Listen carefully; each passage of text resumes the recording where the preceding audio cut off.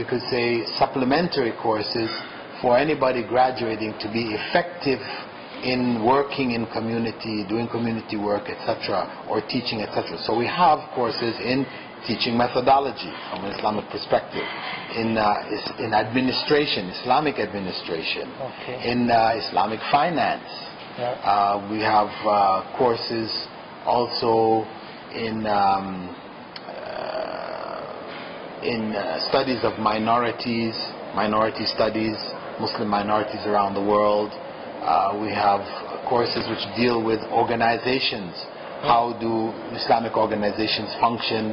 Looking at those organizations, how to set up an Islamic organization. So, so we have a variety of supportive courses which should give the graduate the ability to either run an Islamic institution or to teach in an Islamic institution, to be a consultant to an Islamic institution, to be a translator, or to just use that in their own field. For example, maybe they're an engineer. Use that knowledge to guide them as an engineer how to apply their skills in a way which is most beneficial Islamically. To beneficial to the Muslim community, etc. So I see your aim is not only that the people learn for themselves, but that they also teach it afterwards, and that the Islamic community benefits from it. This is what. Because as Muslims, we're not individuals. We are part of a community. Of course, I just mentioned this because some people think, yes, I learned only for myself, and afterwards it doesn't matter. I need to pray, and if I know to pray, it's okay, but I don't teach other people. So I see your concept is based or focused on people who also want to benefit the community. Well, the bottom line is that, of course, those people who just want the knowledge for themselves, we say, come, get it, take it, benefit from it. Okay. But of course, Prophet Muhammad he said, خيركم من تعلم القرآن وعلمه. The best of you are those who learn the Quran and teach it to others. Okay, so that is the best. Good is to learn the Quran. If you didn't teach it to anybody, it's still good. It's benefited from it. You improve your salah, whatever. So we are there for both. I mean, ultimately, we do want people to be able to share the knowledge because that is the ultimate level. And that is where the greatest benefit is. How? So you told us how much time somebody needs to benefit and somebody needs for learning in this course. Now, if you compare, you studied in Medina and you studied in Riyadh, and you make this course up. So, if you now make a comparison between the studies, for example, in Medina, or somebody who graduates from Medina and somebody who graduates from your course, what are the disadvantages or what are the advantages, how would you compare it? Well, the bottom line is that Islamic knowledge is fundamentally in Arabic. So a person who studies Arabic formally, spends 2 to 3 years studying Arabic, then goes into a full course of study in Arabic medium. From the depth of knowledge in Arabic, he will have a greater access, no doubt. However, the essence of what is being studied is taught in our program. In the Islamic Online University, a person who studies it will study the essence of what is there. He will study enough and have enough knowledge to be able to teach others, to benefit others, benefit himself, etc. So the main studies will be there. And he will also be getting Arabic, which will enable him in the future to go further, in his studies in the Arabic medium. So, the point is that there are levels. The study in Medina and in Arabic institutions is going to be higher, no doubt.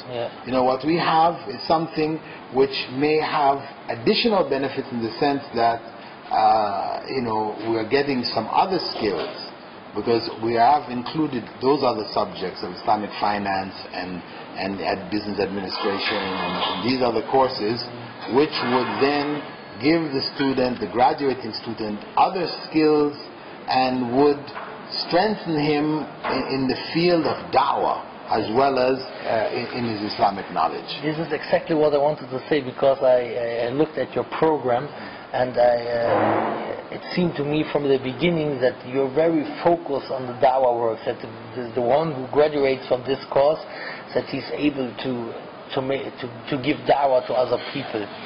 Now, you said it is almost for 4 years.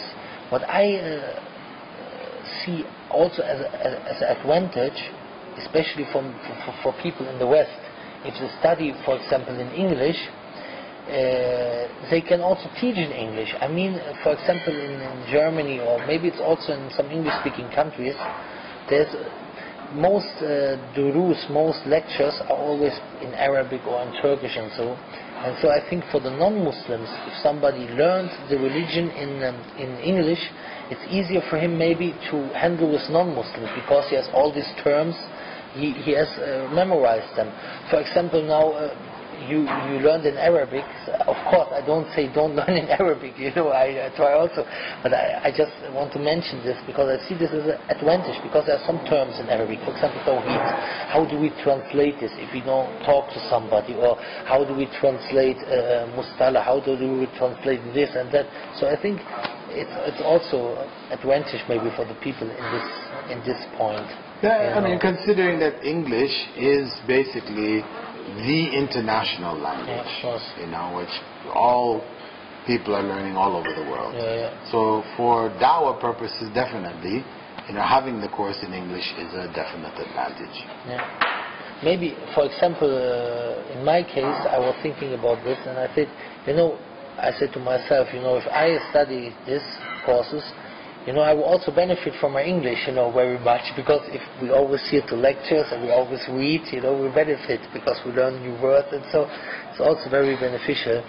You know, maybe you want to give some last words to the brothers and sisters in Germany, or?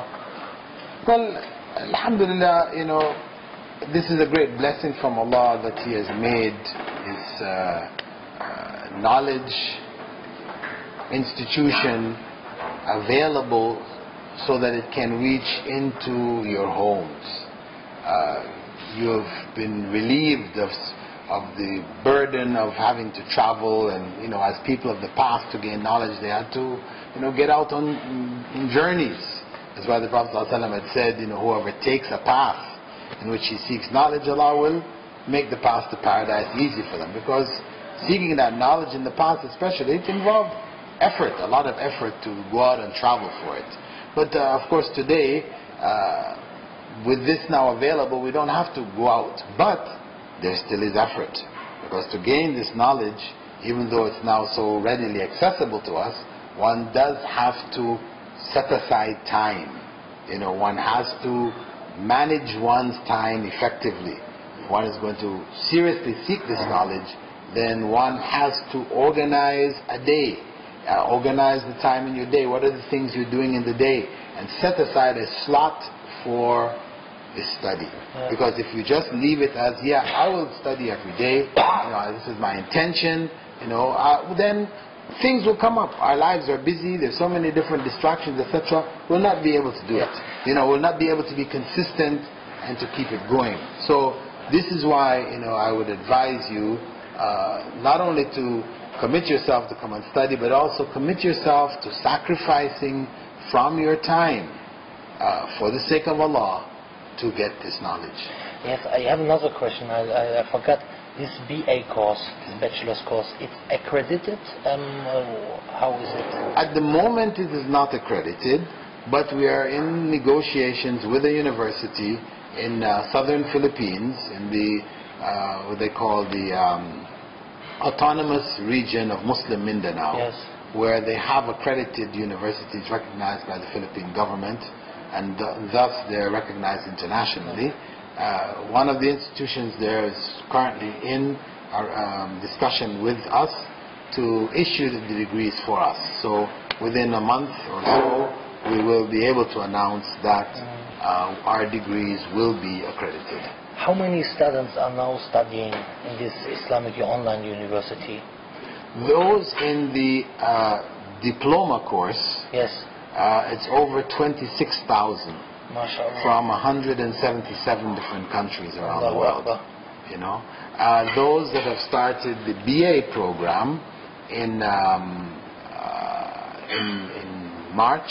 Yes. We have about 250 who signed up for that semester. There were 2,000 who applied, but the process of registration, turning in your documents and everything, out of all of that, 250 completed the process and are currently studying. And we now just great. 250, sure.